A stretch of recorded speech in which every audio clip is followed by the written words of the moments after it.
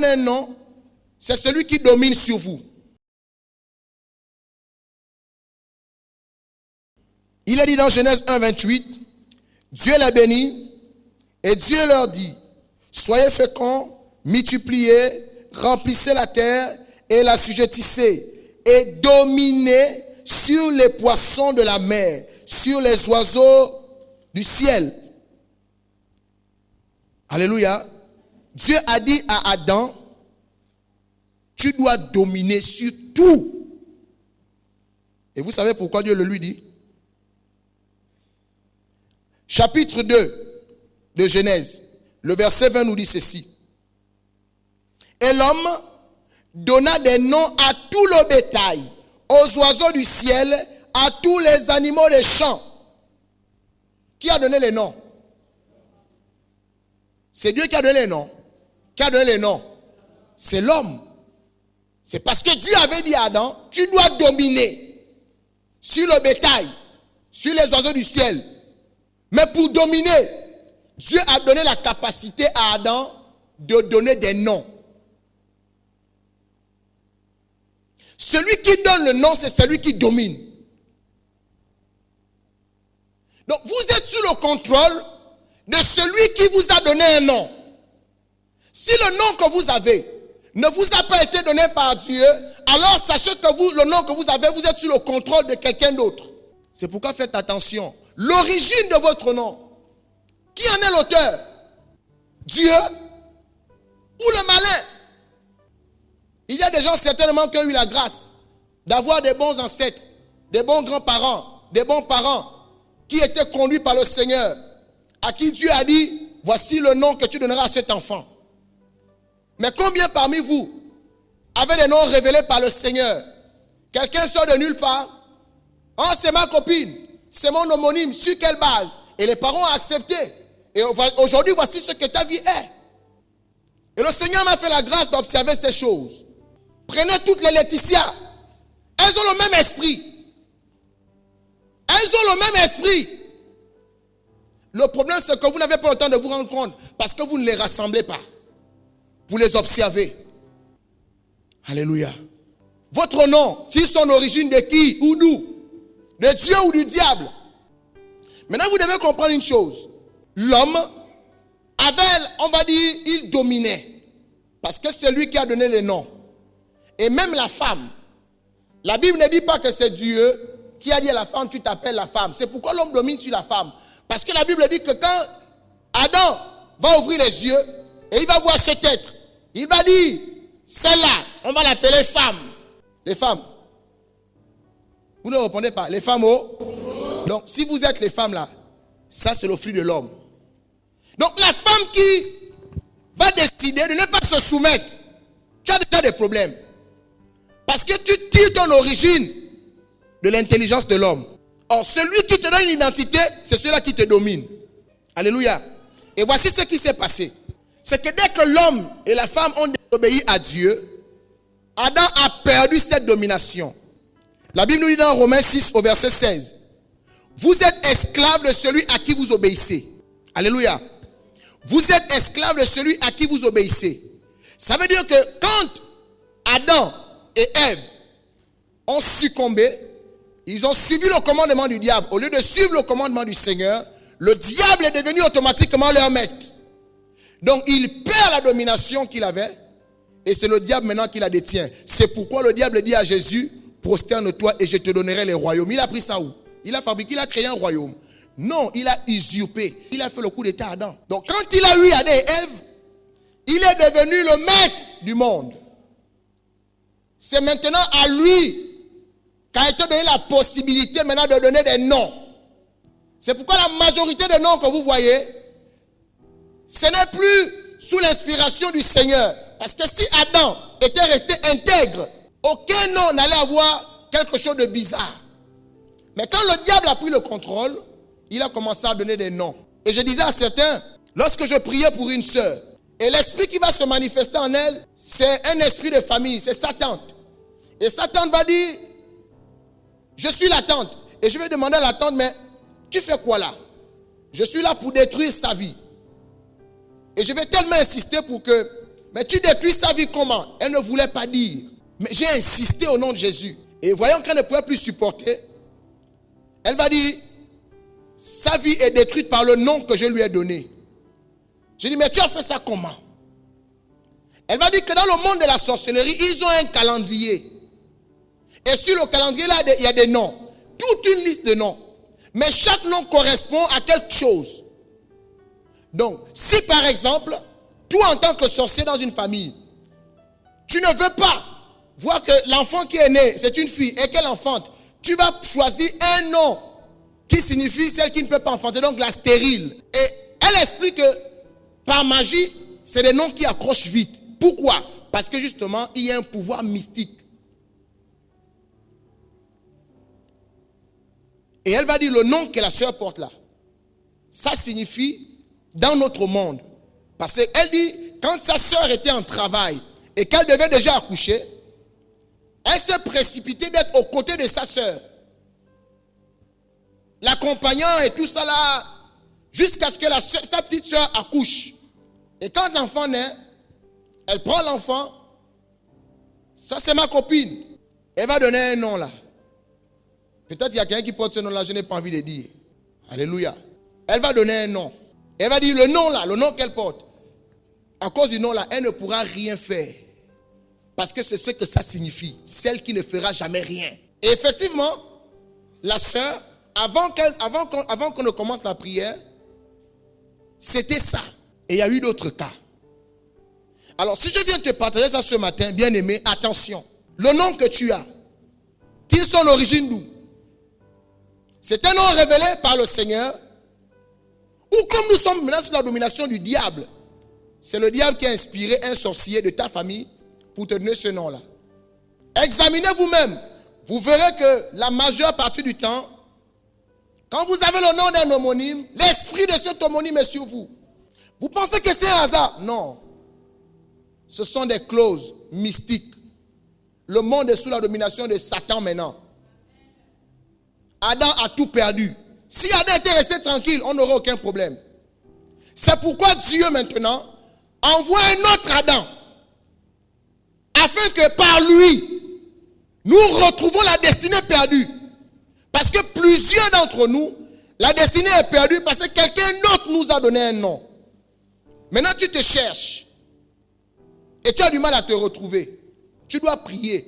Je vous l'avais dit, il faut prier. Si tu dois changer de nom, prie et Dieu te révèle. Tu changes. Il faut prendre ta vie en main. Sinon, tu n'iras pas loin. Il y a des personnes qui ont des noms. Même ici, là où nous sommes à Libreville, là. Regarde bien, tu vas remarquer. Parmi les grands, même les gens qui sont entrés au gouvernement, en tout cas, les noms qui ont été au sommet. J'ai vu à certaines personnes qui ont des noms. J'ai posé la question à un frère. Depuis que tu vis, tu as déjà vu quelqu'un élevé en dignité porter ce nom-là? Alléluia. Il y a des noms. J'ai examiné, il y a un nom là. En fait, je ne vais pas donner les noms maintenant parce qu'après, je n'ai pas envie de vous troubler. Mais j'ai observé sur 5 cas, 4, elles ont des problèmes de maladies graves ou de trépanositose. Le même nom. Il y a des noms, il y a des personnes, tu portes le nom, tu vois le nom que tu as. La plupart des gens deviennent fous avec ce nom.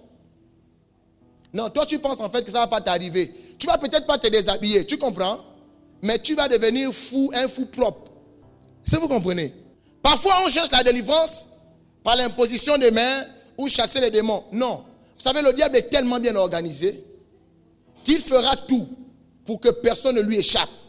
Va faire tes propres recherches. Regarde un peu le nom. Et si tu as déjà vu même des personnes élevées en dignité, c'est-à-dire quelle est la particularité des personnes du nom que tu portes? Tu te laisses seulement pousser, on dirait le vent. Et tu vas obtenir les choses. Non. Alléluia. C'est pourquoi si tu veux refaire, la Bible dit, si Adam a échoué, si le premier a échoué, le second Adam n'a pas échoué. Il est venu la possibilité de corriger. Alléluia. Il y a de l'espoir. C'est pourquoi la Bible dit, ceux qui sont en Christ, il n'y a plus la condamnation. Bien-aimés, ne jouez pas avec le Seigneur. Donnez-vous sincèrement à Dieu. invoquez avec tout votre cœur le nom de Jésus. Parce que c'est le nom au-dessus de tous les noms. Ça veut dire que c'est le nom qui est au-dessus de Satan qui domine sur la terre. Donc lui, il a la possibilité de changer votre histoire. Au nom de Jésus, tu es sauvé. Au nom de Jésus, tu es prospère. Au nom de Jésus, tu es fécond. Au nom de Jésus, tu es riche. Au nom de Jésus, tu es sauvé. C'est pourquoi Dieu nous a donné ce nom. Pour que nous ayons la possibilité de nous refaire. Mais je vois des personnes qui ne prennent pas à cœur les choses. Et continuent de marcher comme, ça dit, dans l'aveuglement. Ce n'est pas pour rien que Dieu nous a donné le nom de Jésus. C'est pourquoi si tu es sérieux dans les choses du Seigneur, Dieu va t'ouvrir les yeux. Il va te dire, voici, ton problème était là. Change ça. Fais comme ceci. Fais comme cela. Quitte ça. Fais comme ça. Sépare-toi de ceci. Allez, rentre ici. Parce que c'est le seul qui est capable de t'ouvrir les yeux. C'est le seul sur qui, ça dit, le diable ne peut rien. Sur le premier Adam, notre ancêtre, Adam était dominé. Alléluia. Et il y a beaucoup de noms comme ça. C'est pourquoi souvent quand je reçois des personnes, il m'arrive même les noms que vous me donnez au départ là. Tu as parlé mais je n'ai même pas compris. Si ton nom reste en moi, ça veut dire que certainement le nom là, ça vient du Seigneur. Alléluia. À chaque nom correspond une destinée. Il ne faut pas aussi aller prendre un nom parce que tu estimes que non, c'est le nom des grands, alors que Dieu ne t'a pas appelé à supporter ce type de fardeau. Il y a des gens qui donnent des noms pour faire beau. Dis avec moi, on ne donne pas un nom pour faire beau. Si quelqu'un doit porter 1 tonne, ne donne pas le nom de 10 tonnes. Sinon, il ne va pas se retrouver. La Bible dit que c'est la révélation qui est claire. C'est elle qui donne l'intelligence au simple. Nous sommes, on va dire, malmenés de part et d'autre parce que nous marchons dans l'aveuglement. Alléluia. Et si tu t'attaches à Jésus, je suis sûr qu'il va te montrer ce qui ne va pas. Dis avec moi, tout se passe par révélation. Alléluia. Est-ce que tu veux que le Seigneur fasse quelque chose pour toi? Est-ce que tu veux que le Seigneur intervienne? Donne-lui la possibilité d'intervenir. Si tu restes Saraï, le I là va toujours bloquer. Alléluia. Si tu restes Abraham, tu seras limité. Amen, amen.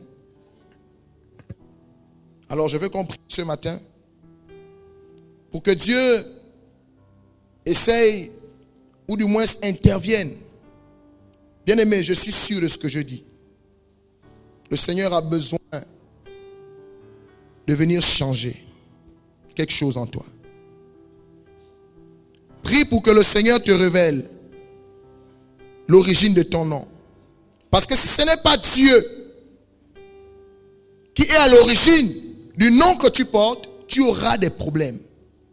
C'est pourquoi tu vas prier ce matin pour dire au Seigneur qu'il t'accorde la grâce de la révélation. Il y a des noms que vous devez absolument changer. Des noms qui ne sont pas dans le calendrier du Saint-Esprit. Des noms qui ne sont pas dans le calendrier de Dieu. Mais qui sont une véritable inspiration du malin. Ce n'est pas forcément le cas de tout le monde. Mais pour la majorité, le problème il est là. Dis au Seigneur de t'éclairer ce matin. Prie, jeûne. Le Seigneur est capable de te montrer. Avec le nom que tu as, tu n'iras pas loin. Si ce nom ne vient pas de Dieu, tu vas forcer.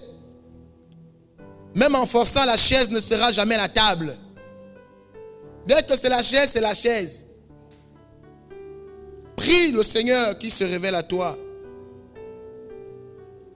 Ça peut être une délivrance pour toi et pour ta famille. Peut-être que le nom que tu portes, on ne fait pas de longues études.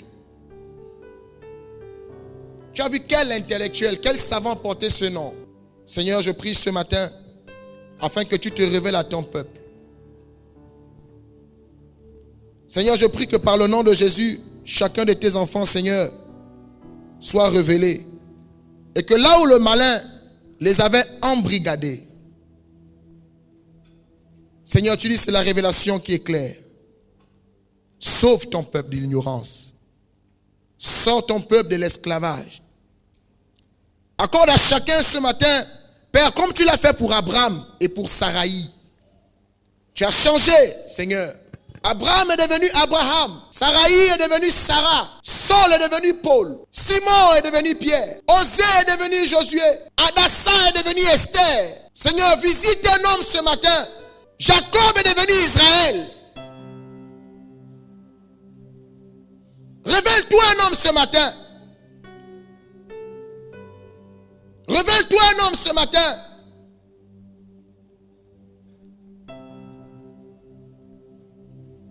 Que le Seigneur se révèle à toi ce matin. Je prie que l'Esprit de Dieu soit avec toi afin de t'ouvrir les yeux. Parce qu'il y a une destinée qui t'attend.